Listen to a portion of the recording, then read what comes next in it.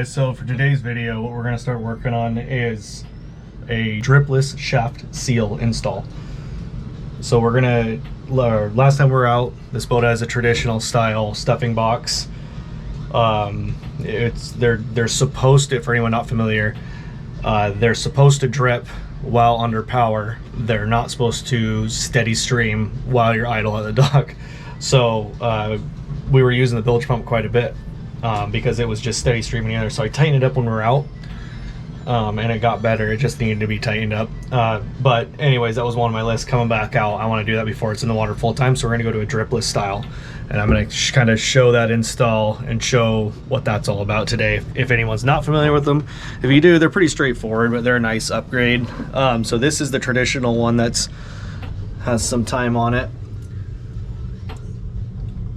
So you can see there that basically you tighten those two bolts and it squishes a wrapping, and that's what makes that seal. So these are, I mean, fairly low maintenance, but they're just meant to have water come out when they're running. So you always have water coming in, and on a boat you've always got water coming in somewhere, it seems like. So I mean, I want to keep my bilge dry as possible. My bilge is nasty right now, but when I get everything, I'm pretty close to actually cleaning the bilge up and painting it up and stuff. So this is what we'll be installing. This is a brand new, they call it a packingless shaft seal. So what this does is, let's see if I can do this. Basically, this goes on your stern tube where the other tube went. So this slides onto the stern tube, and then this right here is a carbon ring, and you gotta be very delicate not to smack those on anything. And then you've got this nice machined part. It's O-ring. This will slide on the shaft. This will be stuck on the stern tube, so it sits there full time. This guy right here with the O-rings slides on the shaft and gets locked on. And what that does is it sits on there and rubs against there, and then so you push down and there's that compression and it holds that in there, and you fire it up and it kind of wears itself in place. And then this makes it so no drip, and we'll have no drip running, parked, anything. So again, not a huge, I think it's pretty common upgrade, but on these older boats, this is, for me, is a nice little upgrade, just more peace of mind sleeping at night. I don't know about you, but it's our bedroom is right next to here, and I know what it is, but in the middle of the night, I've always got my hearing going for noise and stuff on a boat, but hearing the dripping or the water, or hearing the pump come on in the middle of the night, every time I hear the pump come on, I know what it is. But it's like I still get up and go check, and so it's just something that wakes you up. Sounds silly, but it's the little things in life. So you take these two bolts off. Not sure if you can see that. Take these two bolts off, and that secures the shaft into the coupler. So let's take these off, and I'll spray some more penetrating oil, and then we're going to separate these two. The main goal is separate these two, but by default this has to come off. This usually comes off EV, this not so much, it's an interference fit.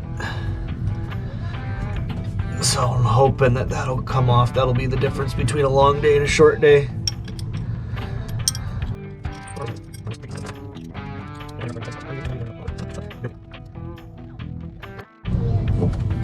Alright, so I'll generally take this, spray a little penetrating oil on these. Once you remove those two bolts, this goes straight to that shaft.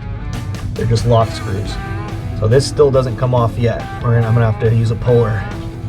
But I'm just gonna take this time while I fight these 4 bolts to soak this and get it to soak as much as possible. I'm gonna take the stuffing box loose now. See how these are looking a little rough, so we'll see how they come off. The lock nut came off, not so terrible.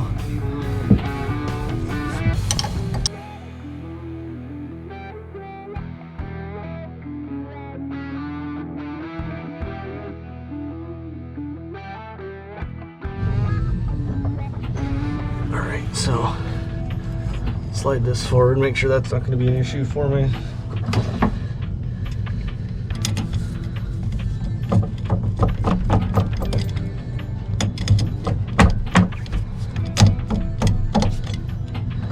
That is pretty stuck. That's all right. I'm going to slide off the end nonetheless. Yeah, whatever. now it's time to take these 4 bolts off. So if they're really tight like this, I'll usually pin it against here. Then you kind of break your ratchet. Oh, there we go.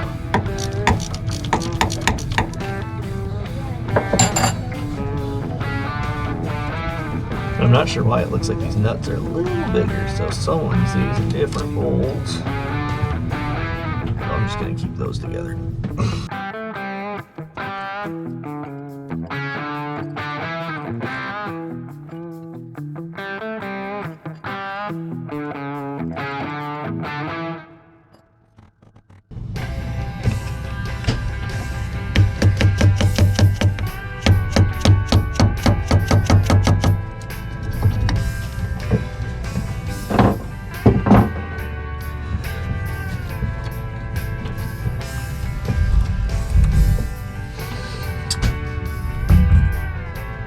There we go.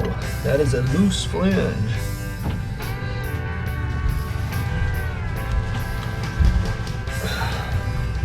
Before I get crazy, I'm gonna go out there and pull that out manually so I'm not punching my rudder with the propeller. All right, we're out here in the belly of the beast. So you can see my zinc, I haven't changed. So I'll just grab this, start pulling this back, and you'll see why I didn't want to punch it through. Not that that rudder will care, but we'll just slide this back as far as we can. Hi, so we're gonna start working on getting this removed so that we can put the new washer and dryer that we're gonna be buying here soon here. And we happened to be watching GBU, Sailing GBU, and he came up with a trick to get these teak plugs out. You basically take a screw and you put it on the drill, and then you put it in the middle and you screw it in, and it just kind of pulls it out, and it actually works really, really well.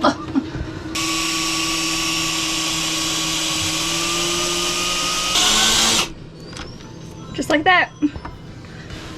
It's super, super easy. All right, so I had the shaft slid all out. I ended up pushing it back in. So you slide this all the way until it hits the rudder. And then I brought a puller to pull this flange off, and the friggin' bolt, the main bolt in there, is like a ½ inch too long. So that sucks. So I'm gonna have to do it another way. What I'm gonna do is I'm gonna stick a socket or a nut in between on the shaft right there, and I'm gonna put larger bolts. I'm gonna tighten the bolts together and try to pop this thing out manually. So we'll see if that works. Kind of a down and dirty way. My father taught me to do that if it doesn't have a puller, so we're gonna try that way. So we'll see. I've never done it this way, but we'll find out. Do it together.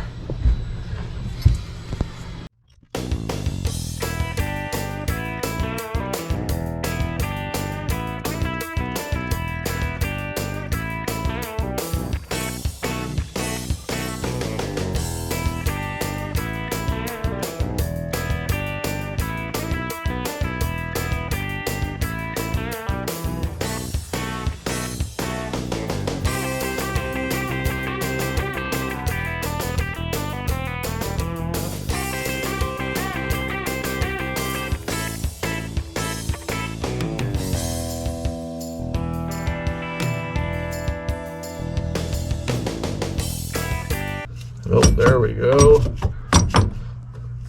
And just like that, as you can see, with minimal effort, the coupler comes off.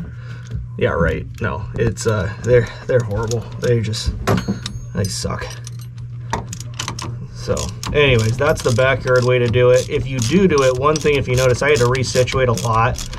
Again, I didn't want to go to the hardware store. Is get longer bolts, and then you'll have more room to put something bigger in there, and then you can walk the whole way. I had to pull these off 3 times, I think it was.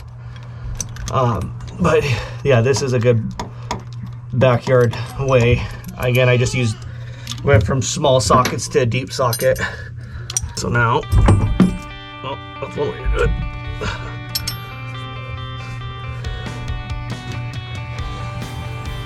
Pull that off to see the keyway stayed in there.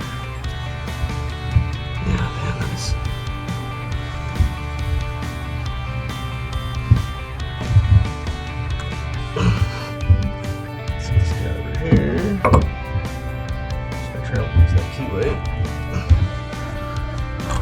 And you can see here, that's why I didn't mark the shaft, as you can see 2 dimples. And the keyway right there. So, once all that work's done, push the prop back. Alright.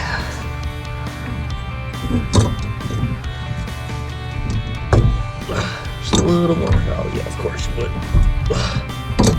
There we go. And here we are. So that is a stuffy box. Alright, so we're back at it. I called it a day yesterday after getting the flange off the propeller shaft. Yeah, that's one of those things where most of this project is just getting the old stuff off.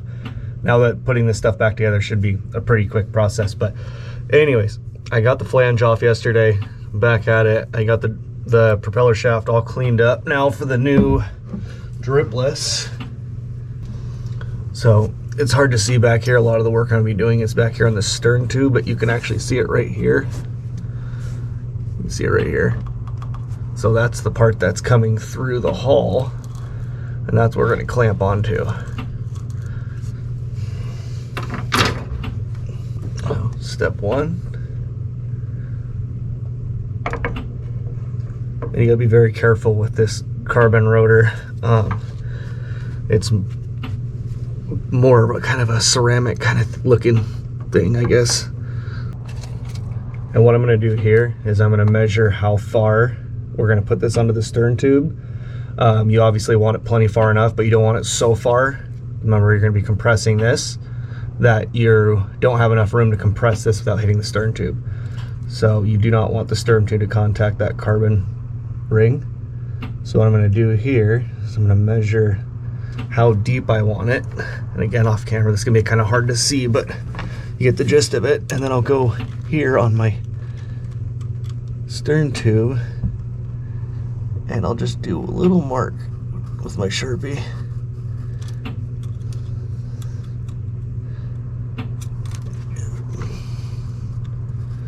I just do a little mark there. I think you can kind of see it again, but you get the gist of it. But that way, when you're sliding it on, you're not eyeballing how far it's going on and calling it good enough. I mean, it goes without saying, this is something you don't want to leak. So I want to do it absolutely right. So I'll just twist this guy on. There she goes.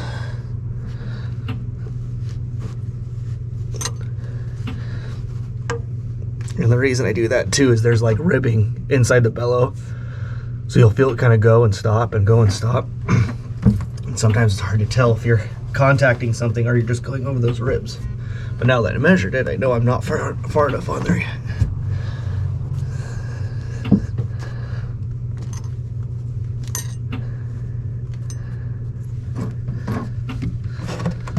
Also, a little trick I like to do. If you get in a tight spot, it sounds silly, but take a video with your phone.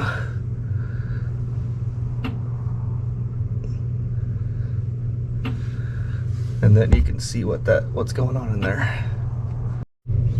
Yeah, the reason I do that here, I'll just show you is now, instead of me trying to fit myself back there, you can actually see I'm right on my mark. So, sounds silly, but it's something I use quite a bit when I'm in tight spots, because then I can verify rather than me like trying to look down there and see if I'm in there all the way. It works pretty good usually. So yeah, as you can see though, we're on our mark. The tube, the seal boot went on good and tight. I don't have any worries about that. Oh, now I gotta try to fit my hose clamps in here.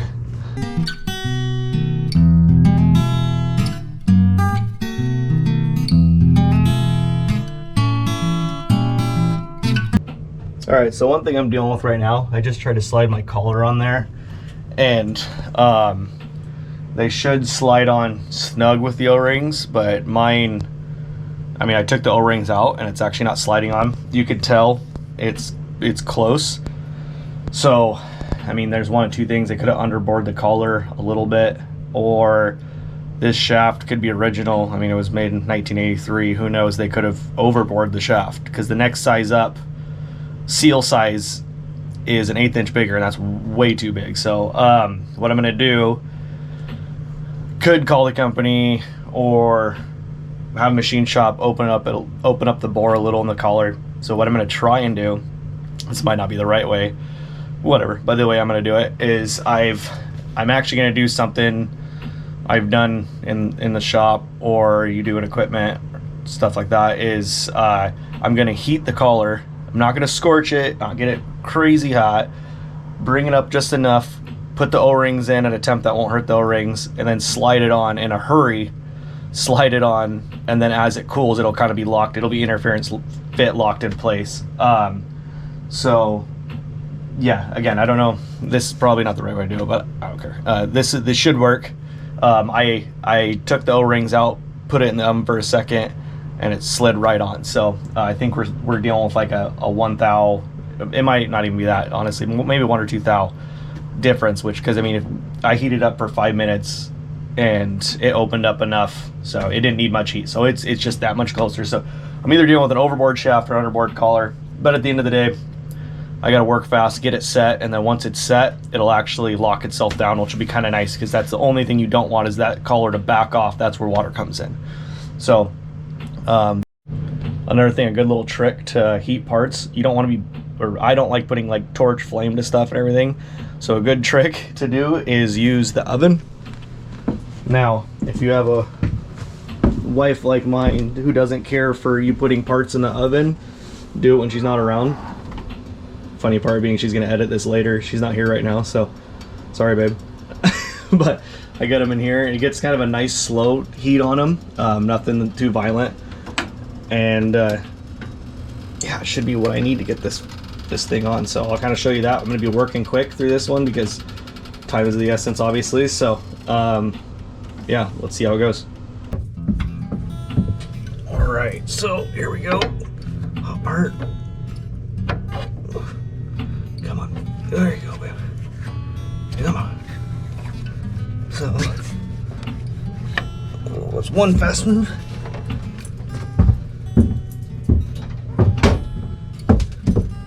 Obviously I'm in a little hurry because I'm putting it onto a cold shaft.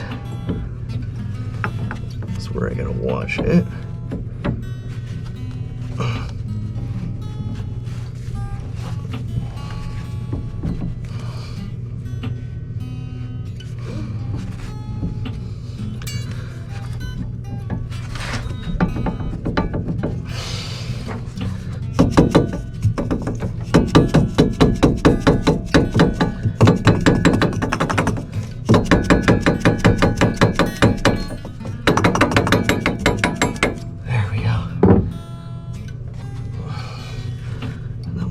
Do is, before this thing cools,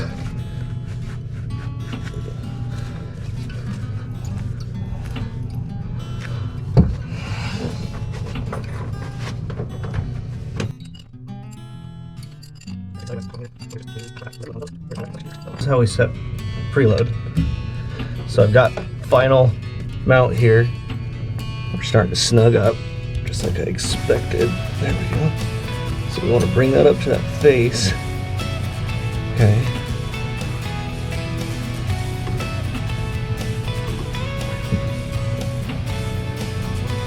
So we're up against that face seal.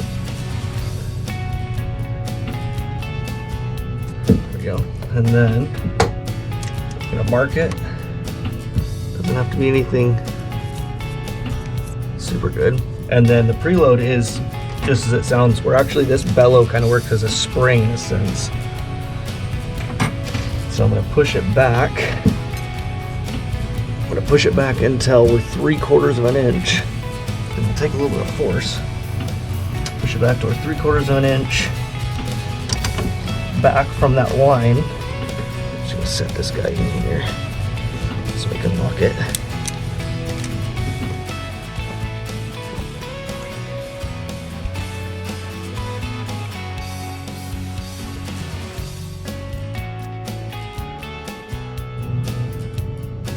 All right, now that that's in there,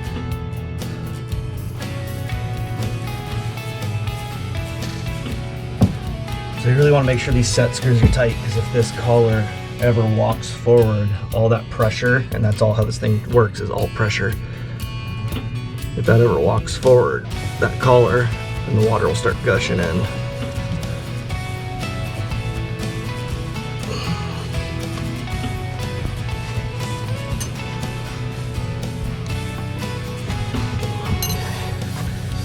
So one last time, so you put the first set of set screws in. There's 2 of them. Okay. And then you're going to put a second on top. And the ones on top, I'm going to lock tight generously.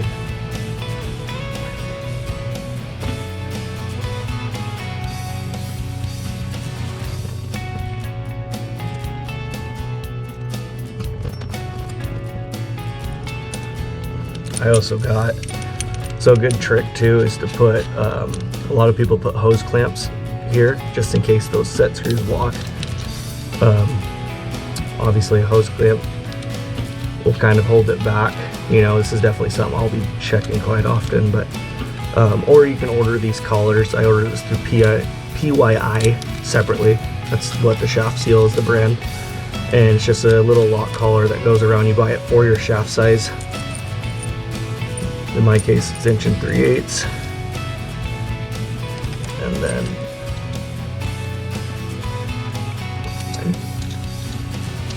all right, a little sneak peek at our next project that Steph got underway on. Our washer dryer's ordered.